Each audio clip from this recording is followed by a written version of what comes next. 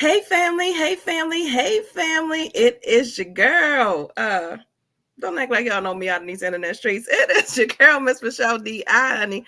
Why for divine intervention? Yes, because there are no coincidences, baby. Only God's divine intervention in our lives. And Miss Community Builder, why? Because you know your girl is giving you the good information, and I'm telling you the people that you need to know, honey. Y'all already know. Y'all already know that you need to know because I told you a couple months ago, Miss Shameka Walker, honey. She is back in the building. Yeah, she is Hello, back with us. hello. Miss Shameka from the 421 movement is in the building. She's in the studio. How you doing, boo?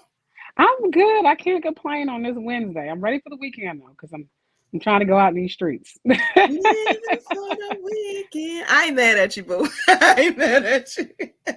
I ain't mad at you, honey. All month long, we have been talking. Shamika's been talking, and you know your girl's been talking all month long. hmm I've been talking about mental health awareness. May is Mental Health Awareness Month, but did you know that May is also Lupus Awareness Month? What'd you say? What's lupus? Slow down, we about to tell you. Slow down, boo. This is why we're here. We are talking lupus. Maybe you've heard, maybe you have not, but it's really, really an important conversation that I feel like we need to have. Why? Because it affects 1.5 million Americans. And the biggest thing to note and why we're having this conversation is because generally who's affected, even though it doesn't discriminate, don't care about your age, your color, none of the stuff, but who does it pick out the most? African American women. You know, we Yep, gotta yep, have, yep. no, we gotta have every, no, okay. Shameka, welcome back, boo. Hello, hello. Glad to be back. Like I said, glad to be back. I know. You look amazing. I know you Thank just kind you. of had some hospital stints and all of the things, but you look amazing. Thank you. Thank you very much. I appreciate it. Yes, and welcome back. Welcome back. Welcome back. So, we're just going to hop right in and we're going to talk about this because, again, women are African American, even though it doesn't discriminate, African American women are generally the number one people that are affected. And so, can you first introduce us to somebody's been under the rock and they didn't see the first one? First off, go back to the YouTube channel, okay? Watch the first show because this chick is amazing. Thank you. I You know appreciate your the girl only love. talks to amazing people, honey. I only talk with amazing people. This is why you need to know her. She's so multifaceted. But Shameka, come on and tell the good people who you are, honey. Well, my name is Shameka, and I'm the creator and founder of the 421 movement. And so far, I've lost over 247 pounds naturally and counting, all natural weight loss, no surgery, no gimmicks, no pills, through lifestyle changes, diet, and exercise, and all that good stuff in Yes. between. And I am also a lupus warrior, officially diagnosed in technically 2022 is when I first got sick, but we'll talk about that later. Mhm. But 2023 is when I got the official diagnosis of having the lupus, which is an autoimmune condition. Yes. And so let's just go back a little bit to that time frame. So as you hmm said, lupus is an autoimmune condition.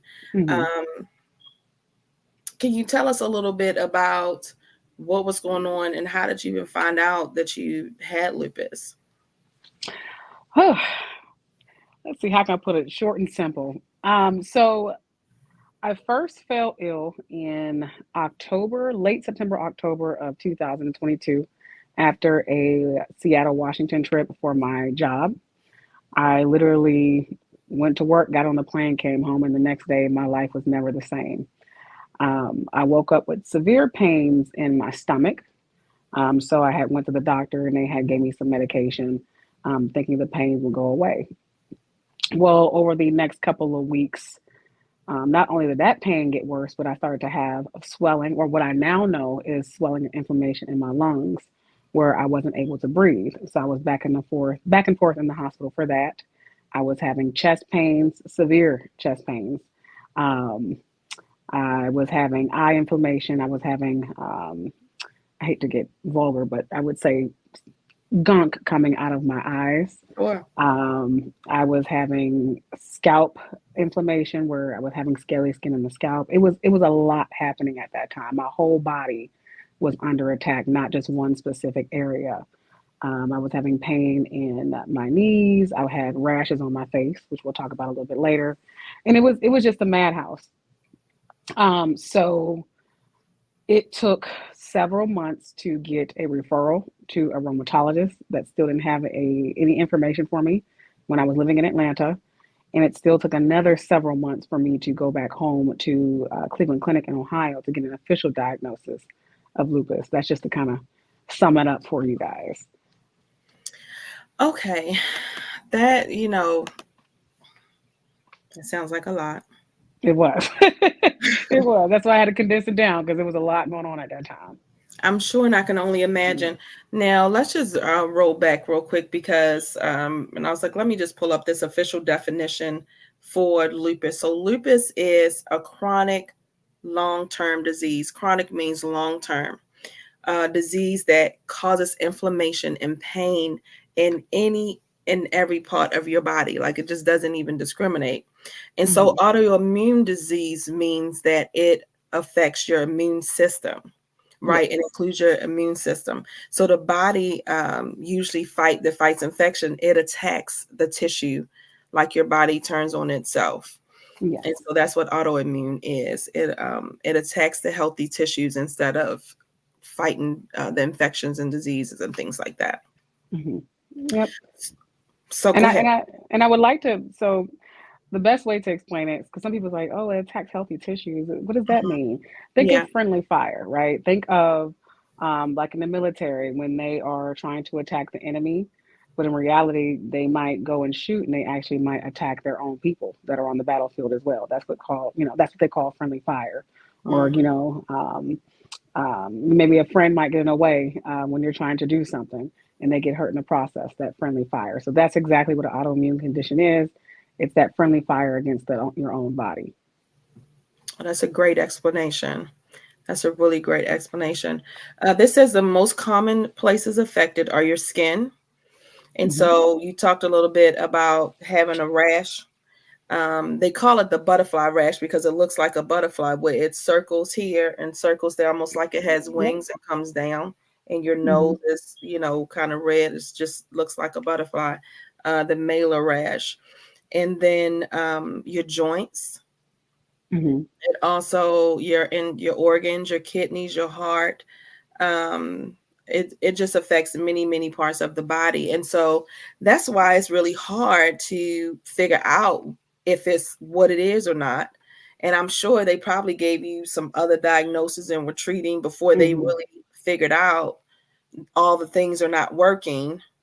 Yep. Mm-hmm. Then can you give us a little bit of that journey of what it looked like for them to actually figure out what was actually going on with you? Whew. Let's see if I can give you guys a short version. I know it's a lot. So originally, they thought that I had a peptic ulcer because of the pain that I was having in my stomach. And I was having some, let's just say, some regurgitation coming out or fluid coming out of my mouth. So they thought that it was an ulcer, and they had given me protonics to heal the ulcer at the time. This was given to me from my primary care physician. And they had said about a couple of weeks later, after the pain didn't go away, that they thought that I had gastric reflux, and they needed to send me to a gastroenterologist. And the gastroenterologist didn't really have too many answers for me. Simultaneously, all within those couple of weeks, I was back and forth in the hospital. Um, One day when I said I couldn't breathe, I literally, when I woke up one day and I went to the gym and I was trying to walk on the treadmill, every time I would take a breath, I would like hunch over. My diaphragm would squeeze in and I would hunch over, and I did not do it on my own. And after about 4 or 5 days, I went to the emergency room, and they just said, your lungs are inflamed and we don't know what's going on. And at this point, I've seen this doctor at this particular hospital twice. Um, so in the month of November, because this is all in October, in the month of November, at this point, I started to become very frail. I wasn't able to eat. My face started to become sunken in. I went back to my primary care physician. I said, I'm not eating. I don't know what to do. And they said, well, we see that you have some skin issues because my skin was breaking out at the same time. Well, we're going to send you to the dermatologist for that. But as far as you're not eating, you might need to go back to the gastro doctor. So back and forth to the gastro Wow. doctor and the dermatologist, I went. You see how crazy the story sounds? Yes. Because it was. So went to the dermatologist, and at this point, my whole entire face was pretty much pale. Skin was bad, but one thing I had was the mailer rash or the butterfly rash that Michelle just mentioned, and it went from the bridge of my nose all the way out on both sides. And she said, "Well, I'm not sure what that is. I don't know what to tell you." And they just kept throwing medications at me, throwing medications. So at this point in December of 2022, I said, "You guys need to do something. I am sick. I can't eat. I'm losing weight." Because at this point, I had lost about 30 pounds Wow. between October and 30 to 40, maybe 40 at this point, between October to December, which is not a healthy weight loss because I wasn't eating. Mm. Um, and that was the biggest concern for me. Um, and so what they said, well, we're going to give you some steroids to calm your body down, which is now known as prednisone, but we don't know what it is. And mind you, primary care doctor is giving me this medication. Hmm. So I started to feel better. Um, Between late December, early January, I was bouncing back, but we still didn't know what was going on. I didn't have a diagnosis. So they gave me a referral to a rheumatologist after I forgot what the final symptom was, but they said, well, we think you might have an autoimmune condition. Let's send you to the doctor. So she did blood work. She wasn't really sure. I was like, okay, well, at this point, you're not helping. I need to go back home to Cleveland Clinic. And Cleveland Clinic is a very notable hospital in the United States of America. And they have some of the most top doctors in the United States. I Hmm. went back home to Cleveland Clinic. She did a series of blood tests, including ANA, which is a primary blood draw that they do to determine if you have lupus, among other diseases as well. Yes. She asked me a series of questions. I can't remember how many questions it was. And they did urine test. And that took about, that initial visit was one time. And then over a series of a couple of months, they officially diagnosed me with lupus. And that's just the moderate story of all the turmoil that I had went through around that time. But all in all, it took between October of 2022, I want to say, until October of 2023, where I got an official diagnosis of lupus to be diagnosed with it. Wow. It was Shameka, a lot. so you're talking a year Yes. of back and forth. We Hmm. don't know. Even though what's so really scary to me about this is that you were showing the signs with you had the very clinical sign with Hmm. the rash, Hmm. and that it's scary that a dermatologist didn't pick that up. Yep. Yeah. Yeah. That was shocking to me as well that the dermatologist didn't pick it up.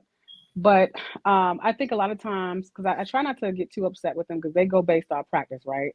Whatever Sure. they've seen in their career is what they have experienced. Sure. For example, not to get too far off topic, Yeah. my when I went to the hospital recently for my most recent flare up in April, and I had to go back to the emergency room 2 days later, she mentioned to me that the symptoms that I had, I was the third person that she saw with lupus that had these particular symptoms, which was the throat swelling, mouth lesions, and tongue swelling. She said she's only seen three in her career. Wow. Um, so if you've never seen it in your career at all, you never worked with it, you may mistake it with something else. So with her, she was just saying treat it with I forgot the name of the ointment that she gave me, but it starts with a T, and you typically use it for psoriasis. Mhm. She said, "Well, hey, just rub it on your face and it's going to go away," and it did. But she didn't have a definite answer of what it was at the time. Wow. Yep. I think that is the scary part. I always feel that way, like going to the emergency room. Like it's like luck of the draw if you get a good doctor. If Yeah. you Yeah. don't, and working, for those of y'all that know me, y'all, I've been a nurse for over 20 years. And so it is sometimes we're in the office and we're like, they didn't do anything in the emergency room. Like, who was a doctor? What? Mm-hmm. Oh yeah. And Oh then yeah. sometimes you have these amazing doctors, like, that Mm-hmm. have Yeah. Yeah. and they know. And so that's the scary part of, the medical system Mm-hmm. is it is just kind of the luck of the draw and what you're saying. And what experiences have they had, Yeah. you know.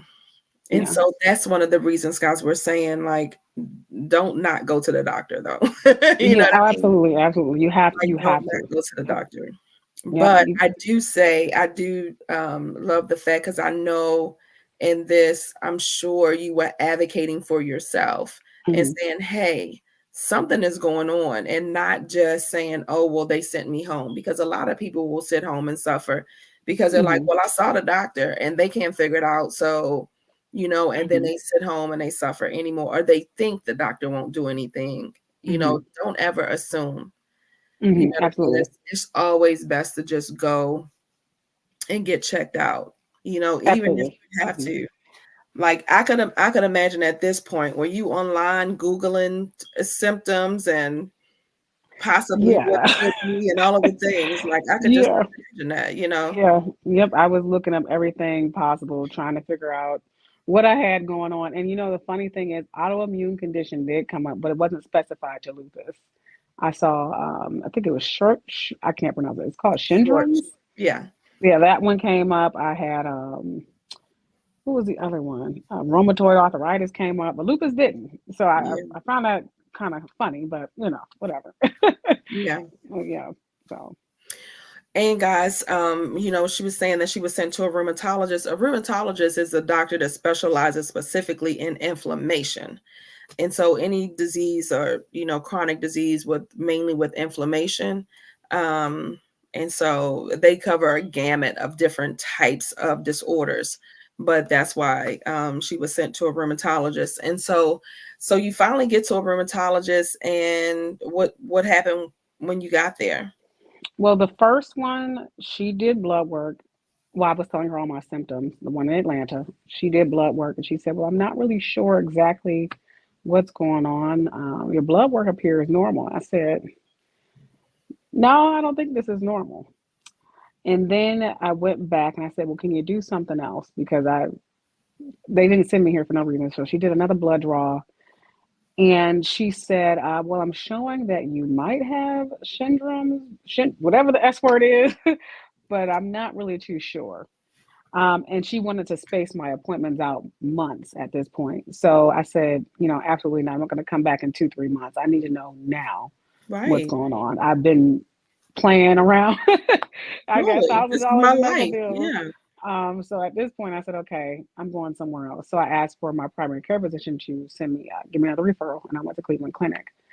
Um, and the blood panel, I gave her, we had the original appointment, and she asked me a series of questions. And she said, Ms. Walker, have you ever been diagnosed with lupus?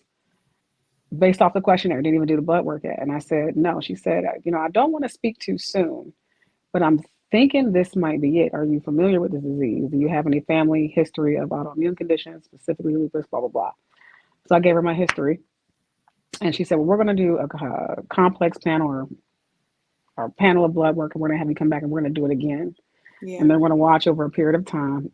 But I just based off the questionnaire, I think you have lupus. And they're not supposed to tell you that. But Right. because I was so adamant about knowing something right then and there, she was Sure. like, I think this is what it is. And then fast forward, they did a blood work. We had a follow up, and she said, yeah, your blood work is showing that you have lupus. We're going to wait. We're going to put you on hydrochloroquine. And then in a couple months, we're going to do it again just to make sure. And the blood work, the second go around, was confirmed that I had it. So that's pretty much what that looked like from there. And it's so interesting, again, because and let's just go over the symptoms, because this is part of the problem, I think, because the symptoms are so vague, guys, and you're wondering, like, Mm-hmm. why did it take so long, and why didn't they know, and all of this. And this is why, one, you have to continue to fight and advocate for yourself, and I feel like this is Mm-hmm. why this is so important, to not give up and to be able to advocate for yourself at times, Mm-hmm. because they're so vague. And so, extreme fatigue. Who's not tired? Right, right, right, right. But think about this, Mm-hmm. because we're saying extreme fatigue. And so Mm-hmm. that is completely different from, oh, I'm a little sleep deprived, right? Mm-hmm. Extreme fatigue is just no energy, Yep. No which energy. may mimic anemia, right? You could Yep. just be Mm-hmm. exhausted. It mimics depression. You know Mm-hmm. what I mean? But again, Did you have that symptom, and can you kind of describe what maybe a Yes. difference they may be able to? So extreme fatigue, it's funny because I've always had it, and that kind of goes back to me thinking I may have had this since I was a kid, and the flare up in 2022 was probably me actually having a big blow up. But what that looks like is that there are periods of time where I literally cannot get out of bed. It feels like there is a 200-pound weight on me, not the pain necessarily, but the weight holding me in the bed to the point where I can't get up. No matter how much sleep I get, I can sleep for 10, 15 hours and I am still tired. I can probably go back to sleep for the next couple of days and still be tired. So that's what that pretty much looks like. When I'm at work, I'm falling asleep. When I'm at the gym, I can go to the gym and work out, but I'm not giving it 100%. I'm giving it about 25, if that. Um, it's very daunting. And I would say for me, the worst times where I have this extreme fatigue is tied to hormonal, which is that time of the month, because I typically don't have it on any regular basis.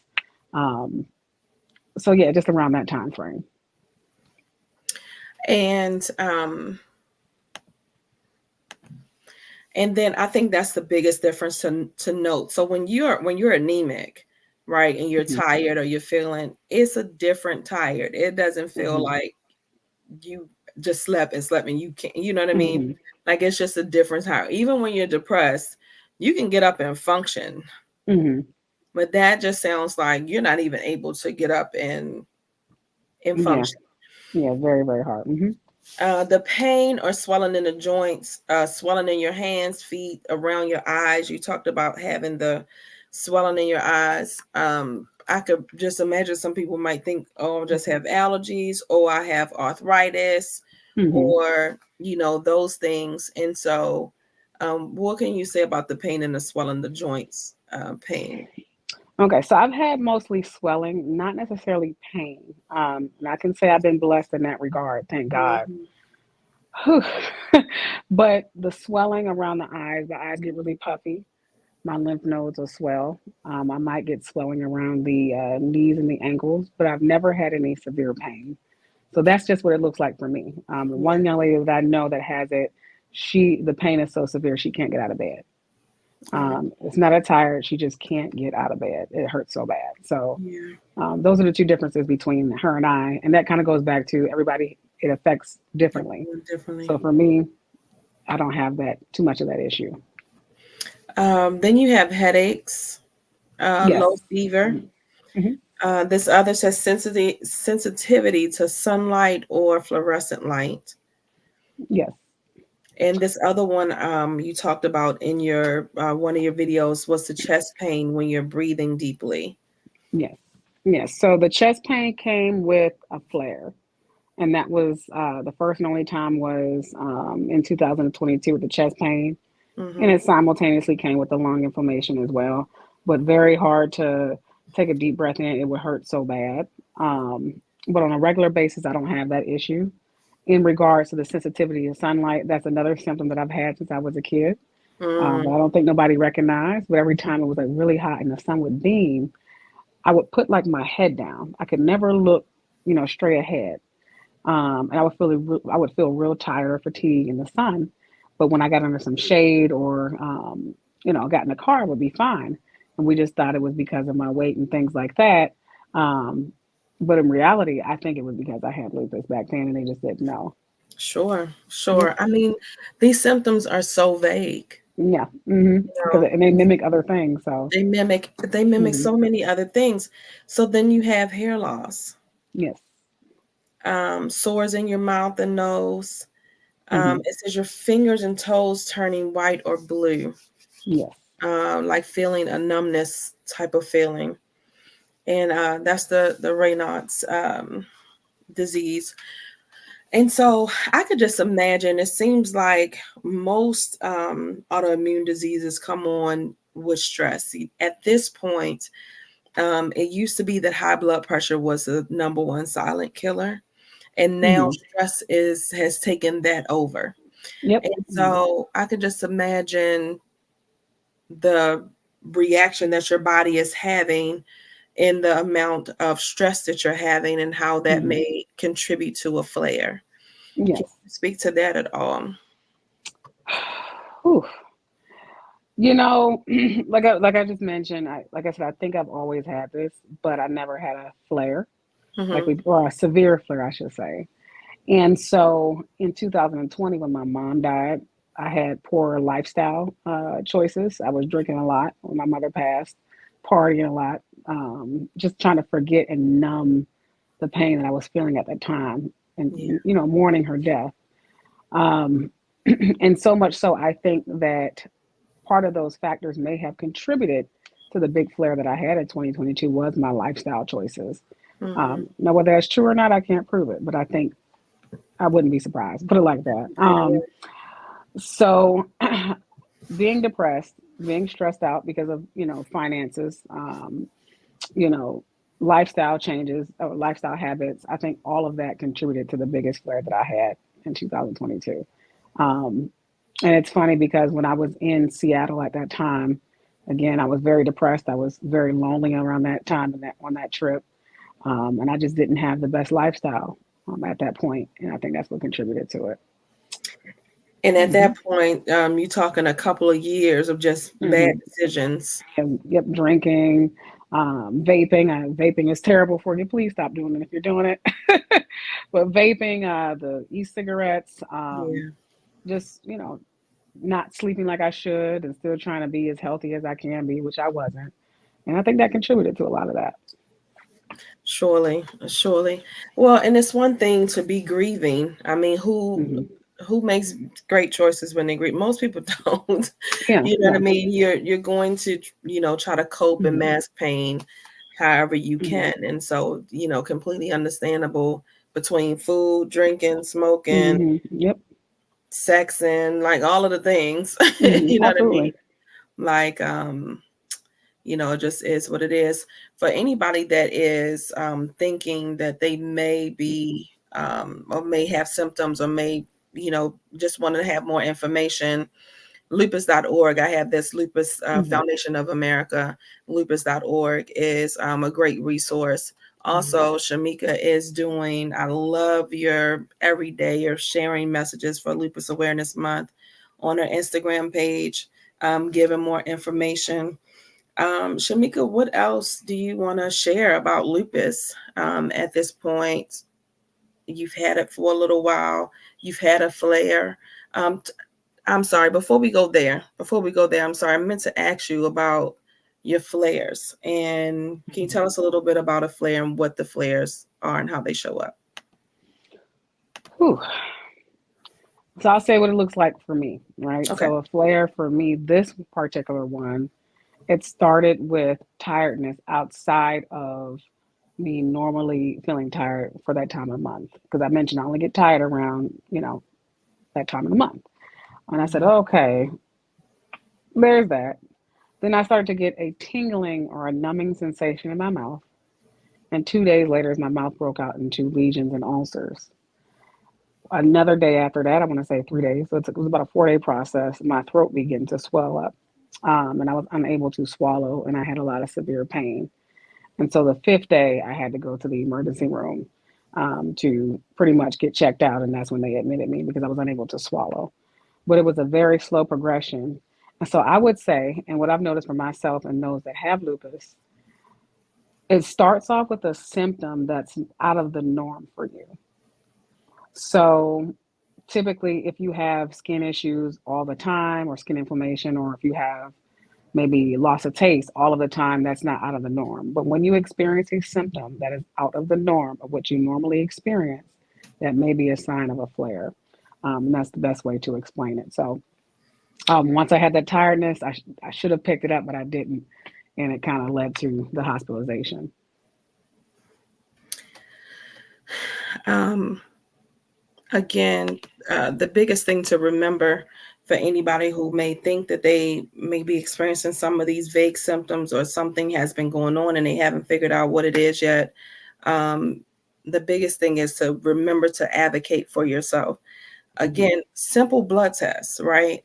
That they Hmm. can do so you can just ask them, can you test me for autoimmune disease. They will test you across the gamut, and your primary care doctor can do it. It's very interesting. Again, I think it just depends on what experiences your primary care doctors have had in their training. And so, because most of the doctors that I've worked with, especially in adults, since I've been with adults, will do just a panel of auto and then, refer you to rheumatology. So it's just so interesting. And just a little bit scary, but I'm just in my nursing stance, I just want you to not give up on yourself and to continue to fight and continue to ask questions and not just put your hands up and be so frustrated in the midst of, the crazy. Continue to advocate for yourself. Absolutely. I know we talked about prednisone being a treatment regimen. Have you used anything else, or is there any other treatment regimens that you've that's effective for you? So right now they have me on hydrochloroquine, 400 milligrams a day, so 200 milligram tablets twice a day. They have other treatments, immunosuppressant drugs. I am learning about those myself, and I am currently working with the rheumatologist here in Dallas to see if they need to change my medications because of the most recent flare up. The other medication is during an actual flare up, they can only give you steroids. There's no other treatment at this point that I know of, at least. And that is to stop the inflammation from happening and attacking your body. And that way your body can kind of resume to being normal. And then you can get your treatment from your rheumatologist from there. That's great. So you basically named the different types. It is, okay, let me go to my cheat sheet. I'm sorry, I don't know them by heart, but you are at risk. You can be at risk for blood clots also with this. So they may treat you, to help prevent blood clots. Again, inflammation with the prednisone and, different things. The hydrochloroquine, people may know of that from COVID. Yeah. That was a really big thing with COVID. And it was like, why are they using this for COVID? But it was because some people were having respiratory symptoms and it was causing a lot of inflammation. And it does help with the inflammation. It helps to keep everything decreased. And so, it's just one of those things that came up. I heard a lot of people here asking and calling the doctor's office asking for the hydrochloroquine. So I was like, no, that's not. I didn't even know it actually treated COVID. I just thought that was a big thing on the internet that we were just taking it and running with it. It was at that period of time that was kind of closer to the beginning. Oh, okay. People were just afraid, and I feel like whatever somebody said worked, people ran with it. Right. Okay. Because people were just afraid, and so that was a really, really big one. Yeah. The anti-malarials, so what you were talking about with the rash, is just to help with the skin and protect the skin. Immunosuppressives, as you talked about, to just help keep the body from attacking itself, right? And then the steroids also help with the flares and the inflammation. Steroids is just a really beautiful thing. It kind of helps with upper respiratory infections. It helps with any kind of, extreme flare types of inflammation that's going on in your body. Unfortunately, it's one of those things that you don't want to be on for long term, because then it has, other effects. But in a flare, it helps, especially if you're having breathing issues and things like that. You want to make sure you have a steroid. And so it does have a little thing here about alternative medicine, but I'm not going to go into that. I really want to go into, what else you would like to share about lupus and all that you've learned and just in your journey. I think, let's see here. I would say the biggest thing that I cannot emphasize enough, especially, those of us that are going through anything in our lives, but it's specifically for our health, is you need to fight for yourself and advocate for yourself. It's almost a shame how I had to literally scream at people to do something, because it was like people were scared to touch me at this point in time, or they thought they knew better than me, when I was sick. And when I kept telling doctors something is wrong, they were throwing pills at me. I said, no, this can't be it. This can't be. What did they diagnose me with? This can't be acid reflux. This can't Mhm. be just cluster headaches. This is not just. This isn't just psoriasis. Psoriasis isn't causing all of this. You guys need to tell me something, and I didn't stop until I got an answer. So that's number one, and that was across the board. Um, Also, doing your research. Sometimes you need to go to the most qualified doctor that you can. I'm going to leave that there. Go to the most qualified person. And one of the suggestions that my friend, who is also a primary care physician, said, he said, sometimes when you go to research clinics, try to get someone that's between the ages of, guys, don't shoot the messenger here. They said get someone between the ages of 35 to 45 if you can, Yeah. because they're the ones that's most recently graduated from medical school, and they're more privy to a lot of information. Now that's not the end all be all, so don't shoot the Right. messenger, guys. But what he said proven to be true, because the person that diagnosed me at Cleveland Clinic, she was 35 years old, as opposed to all the older doctors that I had. And so I'm just going to leave that there. And the last thing, and the last thing, I would say for those of you that are fighting with this illness, it's a day by day process. I'm still going through the motions, still trying to pretty much, I don't want to say pick up where I left off, but just going with the flow, navigate this process. I try to talk with my therapist every so often about this disease. Yeah. I try to just find things that make me happy throughout the day and just Yes. live my life to the best of my abilities, because tomorrow is not promised whether you have a disease or if you don't. That's right. So if you can book that vacation, go on that trip, go on that date that you got next week, go outside within reason, and just enjoy life. Just enjoy life, and just take it day by day at the same time. I love So that, yeah. honey, because that is so true no matter what. Hmm. I think we spend a lot of time, I call it going and being and doing, honey, just on Yeah. autopilot, Yeah. going and being and doing. And, you look up and 10 years, 20 years, 30 years have passed. Hmm. And I feel like the devil's job is to get us to our graves full of regret. Hmm. So he will distract you, Hmm. instead of getting you to a place where you can trust God through whatever the process is. And Hmm. some of us have, they call it the crosses to carry. Some of us have harder crosses to carry, heavier crosses to carry than others. Hmm. Yep. But everybody is carrying something, Right. Hmm. sometimes multiple things, right? Hmm. But in it all, don't get lost in the distraction of you're on this side of heaven and you have a choice on how you can choose to handle your situation. Hmm. You know what I mean? Not that you can't be angry, not that you can't ask questions. I've been in a situation where I've been like, God, what's up? Hmm. You know Yep. what I mean? Absolutely. Hmm. So I could just imagine. I literally was just having, because like, my birthday was yesterday, so I literally was just having this. I Oh, always happy belated.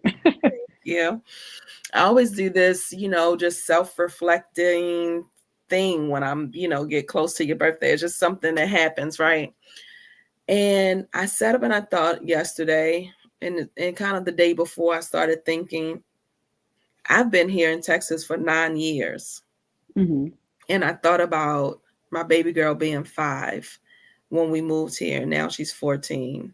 Hmm. And all I could think of was she doesn't know her mom. Uh-oh, my screen froze. Are you there? Yes, I'm here. Okay. She doesn't know her mom without the battle of the in-depth and the in and out of the depression and the anxiety and the panic Hmm. attack. You know what I mean? Like, I feel Hmm. like I've tried to cover it, but I just know that I've been struggling with it, just this in and out, up and down valley of it all Hmm. Yeah. for Hmm. so long. I think we all have like little spurts of time of, the depression, but it just made me think of it's about to be 10 years. You Mm-hmm. know what I mean? And how fast that went by and how I feel like my life has deflected. So I'm saying all that to say, you can have chronic things that are happening and time is still going. Mm-hmm. Time is still moving by. And I think you have to make a conscious decision on how do you want to show up every day, and what are we going to do to live with whatever it is that we have. Mm-hmm. You know Absolutely. what I mean? As it relates to your mental health, because I think because when I was initially diagnosed, when I had my first panic attack, when I went to the emergency room, the nurse told me, she said, "Oh, what you have," because I told her I was grieving. I had two significant deaths, and she said, "Oh, you have situational depression. Mm-hmm. It'll go away." And so I Mm-hmm. spent the next 2 years waiting for it to go away. Mm-hmm. You know what I Mm-hmm. mean? What I Yeah. realize now, 9 years later, is that this is a part of my life. Mm-hmm. Two significant people have passed, and since then, I've lost another couple of significant people. And Mm-hmm. so this is not something that is just going to go away. Right. Right. This is my life right now. Mm-hmm. So I can choose to feel some kind of way about that, or I can choose to say, okay, how am I going to navigate life on this side of it? Yep. And just Yep. make a conscious decision. And so that's why I'm saying all that to applaud you, because I feel like I know it's not easy, Mm-hmm. and I can just imagine. And of course, you've given us like the short version of, I'm sure, what felt like a lifetime of, changes and trying to figure out, and frustration and all of the things. And even you're Mm-hmm. still going through, right? Yep. But I do feel like you handle it with such grace, you Oh, know, thank you. I appreciate that. with such grace. And then to come back and, like, okay, I'm going through this, so let me teach some other people. I call that getting your hair tubman on, when you can, go through something, you can get to a certain place, and then you coming back to reach back for others. And I just love that Mm-hmm. about you. I love Oh, that. I thank just you. adore you for that, because, not a lot of people can do that. You Mm-hmm. know what I mean? Yeah. And so Mm-hmm. it just shows the strength, it shows your character. And like you said, you are a fighter, honey. You are a conqueror and you are a fighter. And I'm so proud of you just for how you show up in the world every day. You inspire me daily. Oh, thank you. I Yeah. appreciate Oh my it. gosh, this girl is amazing. She's amazing. And so, yes, thank you. Well, Thank you. thank you. I appreciate it. I needed that level of encouragement. I really do. Because some days, you don't Yeah, really know if you want to keep going. You just want to sure. crawl in a cubby hole and just, Oh, surely. uh, Mhm. you know. Yes, I know. I know. I used to have those conversations with myself like a few years ago. I'd be like, Michelle, are we going to show up today? What are we doing today? Yeah, yeah, Like, we going to stay in the bed, or we going to show up? What we going to do? yeah, You yeah. know what I mean? But the beautiful part about it is even when you go through, you can still look back. I can look back at those days and say, thank you, Lord. That's just Absolutely. a human response. Yeah. You know what I mean? It's a human Absolutely. response. So, is there anything else you want to share with us? We got to get our part two of our 421 movement I going. know, I know. It is when I had got sick. 'Cause when I had got sick, it was a No, mess. We'll put it like that. But I'm sure. I got some film, and I tell you off camera. We're gonna go from there. But but if you guys feel free, you want to follow me on social media at the Yes. 421 Movement on Instagram and TikTok, which is where I am doing most of my talks about lupus, giving each and every single day. I learn something new about lupus, so that way I can go back and educate the public, and that way we can just learn it together and share our stories. And who knows, one person might watch my videos and say, hey, I'm going through that too, or they might have a piece of information that I don't know, and Yeah. then they can share it as well. So again, feel free to follow me on both of those platforms. I would love to have you there on there with me. And I'm gonna just tell you this as well, because watching your workout journey, y'all, she had talked about being in the hospital and all she could think about was working out. And I was Oh like, yeah, oh my goodness. yeah, yeah. Yep. I said, Yep. "Oh my gosh!" I said, "This girl is amazing." I said, "I'm sitting here every day, nothing seemingly going on with me at this point. And I'm just sitting around thinking about working out. This But baby you sitting know, up here like but you want to know why trying to though, eat something." and you're not the first person to say that. They just, I had my friend call me the other day. Like, you just, excuse my language, you just couldn't wait to take your behind back to the gym, could you? I was like, no, because I know what it's. I'll share just a piece. I know what it's like, and I think I mentioned a little bit before in the previous session that we did. When my mother was bedridden towards the end of her life because of obesity, Yeah. and I watched her deteriorate. I watched her purposely not get up and move. Wow. And when it no longer became purposely not be able to get up and move, she was just no longer able to at that point. And I always said to myself, I'll never intentionally go out like that. I'm gonna every single day that I can get up and walk, even if it's a couple of steps, I'm gonna get up and do it. Yeah. As long as these limbs are working, I'm gonna get up and walk because I've seen what it can be when you can't do it anymore. Um, so there's that, and also being 200 and something pounds heavier at the time, I was able to walk, but not long distances. Yeah. Maybe before I get tired and out of breath. I'm And so I said I sure. never want to get to that position again. So as soon as I was clear to get back to full activity, I was back in that gym. And plus, it gives me a sense of fulfillment. I love to work out. I love the sweat. I love the energy. I love just being active. So I want to keep it Yeah. that way. Yeah. So, You know what? I always say, I talk a lot about my family and things that I've learned, from my family. And a lot of people will consider that to be like you're, talking bad about your mom or whatever else. But the thing about that is, I feel like our parents are here to teach us the mhm, lessons, mhm, right? yeah. They're here for us to do what they did right Mhm. and for us to do what they did right and also learn from what they've done wrong. You know Yeah. what I mean? Or what they Absolutely. could have Absolutely. done better or whatever, however you want to say it.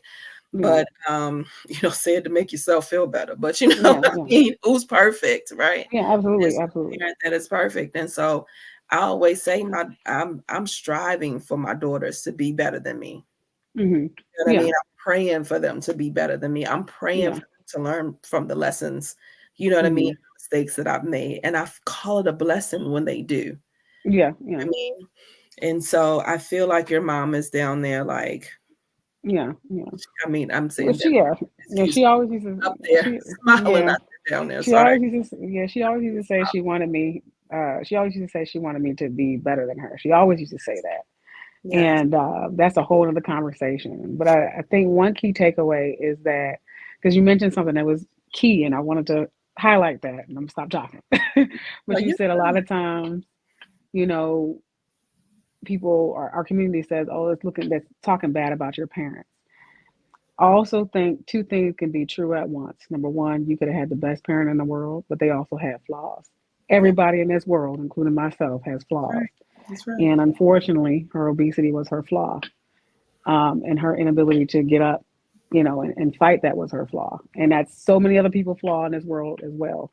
Yeah. And but in her inability to do that, she has given me the strength to be able to do that for myself and to be able to help others. And had she not been that way, I wouldn't be sitting here talking with you today, trying to build the brand that I have because of those experiences. So um, I'll be quiet now. You don't have to be quiet, honey. That is beautiful. And I'm just going to correct you on one thing. I won't say trying to build the brand, honey. You're doing it. Oh yeah, you're right. Build the Okay. brand. There we go. You are doing it. And I'm saving. I was going to put my 421 shirt on today. And I was like, nope, I'm going to save it for our interview, for our Yeah, yeah. official next interview. Yes, And yes. I'm wearing my shirt, but I have it. I'm ready. I got you. Sounds good. Sounds good. That's another thing that you inspire me on because I'm like, oh my gosh, her shirts are so cute. Thank All the you. Thank you. I different appreciate colors, the it. different designs, and everything. I'm looking at all of it. I'm like, this is amazing. And so, yes, honey, just keep going.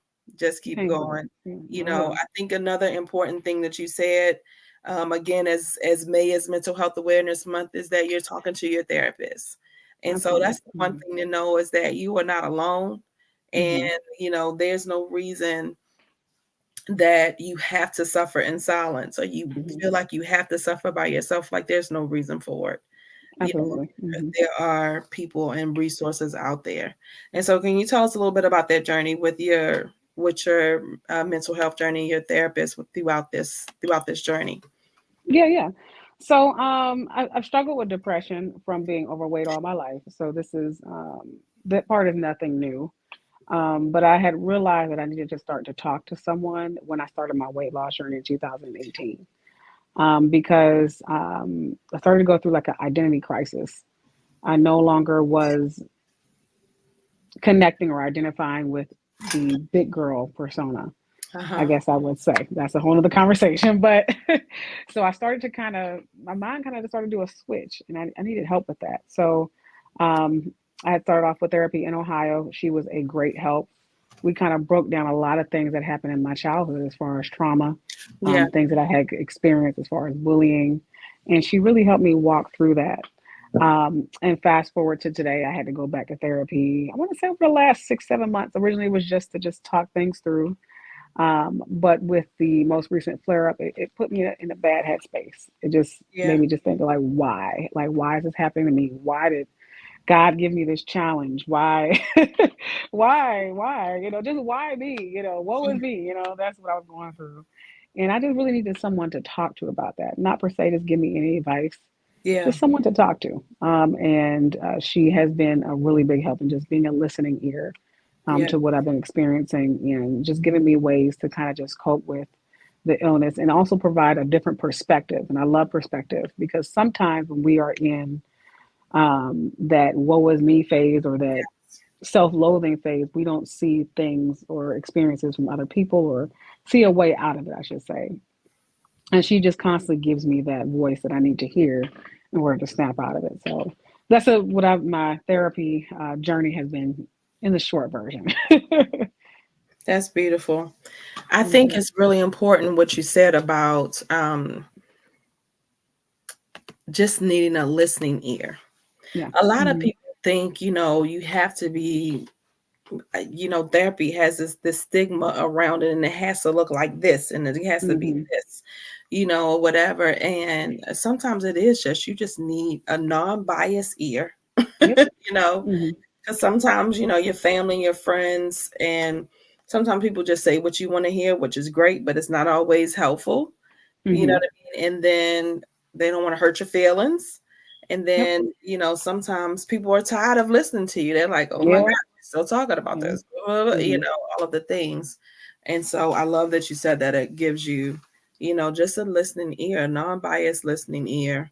And then Hmm. also Absolutely. trained to, throw some advice in there if you need it or give you some, another way to look at things. That's the thing that I appreciate about therapy is that it gives me just another perspective Hmm. on another way to navigate, whatever it is. And so I love it. I love it. I recommend it for everyone. I feel like just to talk. Hmm.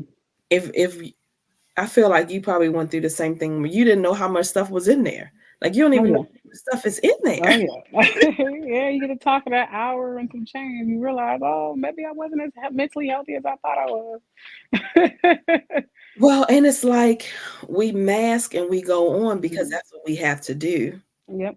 You know what I Yep. mean? And that's what we're told to do. And then the stigma in the community is that if you can't handle things and you're weak or because you're talking to somebody, you know what I mean? Hmm. That means you can't handle it and you're weak, Right. Right. which is the furthest thing from the truth. I think just breaking that stigma associated with a therapy altogether, I know Hmm. that's one of my goals and missions. Absolutely. Hmm. It is just a necessary, very necessary part of our community we need to just break that stigma because people Absolutely. Hmm. are suffering and you don't have to. Yep. I agree. What resource do you use for your lupus information? So I use the lupus.org, the one that you cited. I Okay. also go on YouTube as well, and I look at information from people like different doctors. I forgot the name of the doctor. Dang, I should have did it before I got on here. But he's really good with talking about other things that you can do outside of medical practices Mhm. to help reduce inflammation, things that you should eat. There's another doctor on there. If you guys just Google lupus and cures or just lupus on YouTube, I should say, she talks about how she went into a vegetarian or vegan diet and how she was able to put her lupus in remission. So that's where I get a lot of my information from, and then also, scholarly articles as well. So I look at different studies to see, what information they found about, what's one recent one that I looked at where they had did a study in, I want to say Tijuana.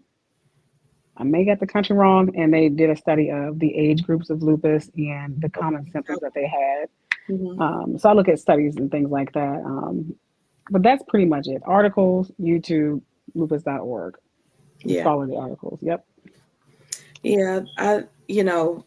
Again, it's so much information out there. And guys, we're kind of giving you some general information, but again, understand that everybody's journey is a little bit different. Yep. And so if any of this relates to you, if maybe you've been going through something and they're still trying to figure it out, maybe suggest to them to be tested, which again is just some simple blood test that they can draw to check for autoimmune disease.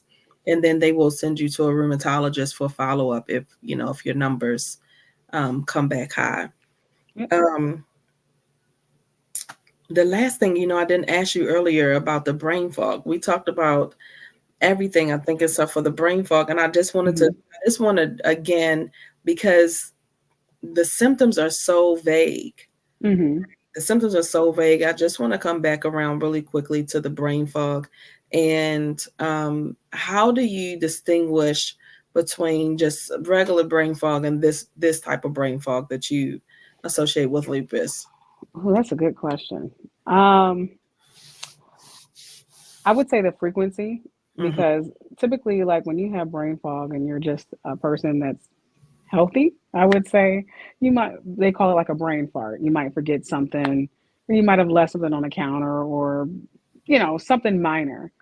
For me, brain fog is we might be having a conversation and I might forget what you mentioned 5 minutes ago. I am very, sometimes it's hard for me to recall certain conversations, or just like a few minutes ago where I literally just read that article that I had mentioned. I saw the title, I saw the name. I want to say a couple of hours ago. I can't recall the country that it was done in. Let's see. I might go into a daze when we're having conversation. I might seem spaced out. That's rare, but that happens. And then I might have a friend say to me, "Hey, do you recall what we talked about last week?" I might say, "No, I don't know what you're talking about," even though we probably had a full-fledged conversation. So that's kind of what it looks like for me in a nutshell. Some people may say, "Oh, well, I do that all the time." So that's where it can be confusing. But for me, that was something that happened over the last 2 years, was the brain fog. And that's why I was like, oh, I really meant to mention that earlier, but I wanted to bring and come back around to that because, again, it's Mental Health Awareness Month. I had experienced brain fog when I was in the depth of the depression. Like I could not remember anything, and I used to be like, this. And it'd be like you say something, I'm like, wait a minute, what they say? I walk away like, yeah, yep. Brain fog does come with depression. It sure does. And so I could just imagine being in a chronic, situation when you have this chronic disease that you're dealing with. They're not all the way sure all of the treatment and all of the things, and trying to figure out that will be at its heightened state. So that's why I wanted to come back around and say, it could be depression. It could be, this chronic disease that you need to be, diagnosed with or whatever. But I want you to, the key word is to pay attention to your body, right? If you don't do anything else, pay attention to your body, because again, I feel like we just blow things off, especially the fatigue. And that's why I thank you for going into detail about that, because a lot of people are like, oh, I'm just tired, but I'm always tired. So, that's not a big deal. I thought that for the longest. Yep. And I'm scoring in the 20s for severe depression and severe anxiety. So I would say, to use as a ballpark with anything, if your symptoms are lasting longer than 2 weeks, right? If your symptoms are lasting longer than 2 weeks, then that is your cue. Hey, something is going on. Absolutely. I think that's a good one. Yeah. We're talking about these like general symptoms. We're not talking about like chest pain. Oh yeah, no, yeah, that needs immediate care right in Let me and clarify. now. Yeah, Take your butt to the doctor if you have yeah, a chest pain. Get to the emergency room if you have a chest pain. Lord have mercy. I'm not talking chest pain. I'm just talking these general vague symptoms, GI hmm symptoms, fatigue, you know, hmm those type of things. The brain fog, right? It's lasting longer than 2 weeks. You want to go and get checked out. Shamika, absolutely. thank you so much. You have any last thoughts as you want to share? I know. I think I'm gonna share most of them I can think of. I might find something to say after we after we log off. Of course, well, you've done an amazing job. I thank you. I know this is a personal journey, and you're still navigating it, and so I just thank you for your courage and your transparency, because I feel like people are really funny. Mhm. I always look at my numbers to just kind of see where I am and what's going on, and it's really funny that I might have 800 and some followers or something, but Mhm. I have over 5,000 some views. Mhm. Right. So Oh people yeah. are so finicky and funny about what they will say that they're looking at, or what they, Mhm. you know what I mean? Yeah. Like, Yeah. Yeah. was so afraid Mhm. of it, but they do want to know the information. And Yeah. so I just encourage you to continue to share, because people are watching and they are definitely learning. And I promise you that they are encouraged by you on a daily basis, because I know I am. Oh, thank you. Thank you so much. I appreciate you having me. Yes, I thank you for your journey. I thank you for being able to share your journey. I just really do. This is just what we need to do to help each other. And so, Absolutely. all right, family, there you have it. Listen, you can't say your girl don't be giving you the good information, honey. This is some stuff that you need to know. You know how I do. We always go and we go a little bit deeper, because the surface is not where it's at, honey. It is down in the pit of your belly, where all the uncomfortable, I call it the necessary elephant in the room conversations that we need to have. And that's just where they are. That is the only place I feel like that's where your place of healing is, down in the pit of your belly, in the uncomfortable conversation. So I pray that something was said today that can help you and help somebody else. The other thing I know for sure is that God is not a just because God, right? Shamika, there are 8 billion people in the world. And so everybody is not going to see this live, honey. But if you're seeing it, then you know somebody that needs this information. If it's not you, then it's somebody you love. And so share this information, guys. Mhm. Pay attention to your body, pay attention to your signs. And one of the biggest things that you can do is to just do some simple lifestyle changes to start helping. Like I said, Shameka has inspired me, honey. Your girl has been working out. I was like, Lord, if I don't start walking and doing some sit-ups and lifting now, if I was going to do it before, honey, I'm surely going to do it now. So, Shameka, thank you, and keep inspiring people, honey. And until the next time, y'all, I'll see y'all later. Amen. Your girl always says, when one is walking in their purpose, honey, you inspire other people to walk in theirs. That's what Miss Shameka is doing on a daily basis. Y'all make sure y'all follow her over on the 421 movement. You can catch her on Instagram, on Facebook, all of the things very easily. Google her, you'll find her. Yep, yep, yep. All of the things. And just like Miss Celeste Brown, honey, I aspire to inspire until I expire. That's what I'm doing. What you doing? You better start paying attention to your body and check them numbers. Bye, family. Bye. Thanks, Shamika. Thank you.